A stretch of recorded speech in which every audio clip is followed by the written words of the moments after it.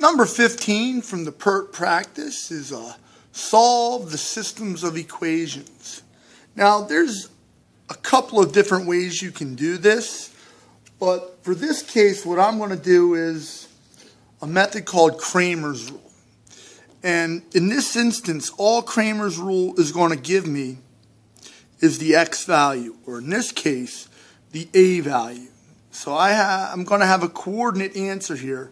And this template that I'm setting up, all that template is going to give me is the a value. If it was a normal standard form equation, it would be an x and a y there. And this Cramer's rule template would give me the x value. So here's what we're going to do.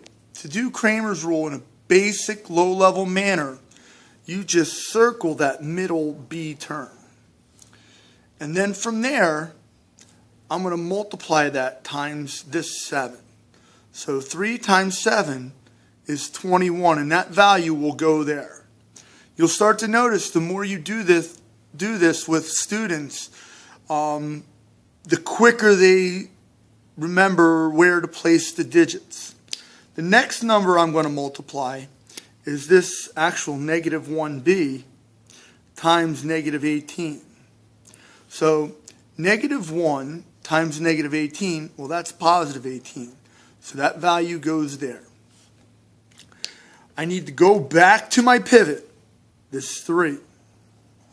I'm going to do 3 times the coefficient in front of the a term, and that's going to give me a 3. And that value goes there.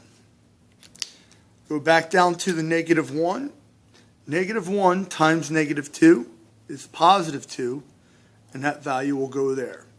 That's Cramer's rule in a nutshell for a small system. And this will simplify when I do the arithmetic. 21 minus 18, that's going to give me 3. And then 3 minus 2, that's going to give me 1. And this value here gives me this front number.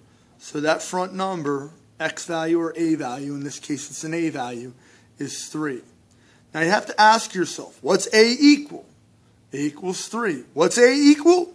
A equals 3. So what can I put in for a in this equation over here?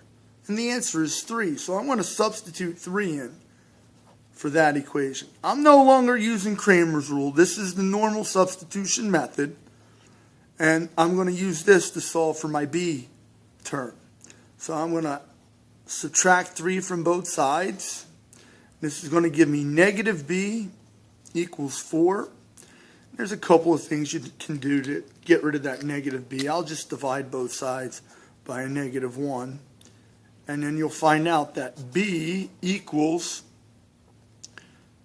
negative 4. So my answer is 3, negative 4. Let's see if that lines up with any of my solutions from the Pert practice. 3, negative 4, 3, negative 4. And there it is, choice D.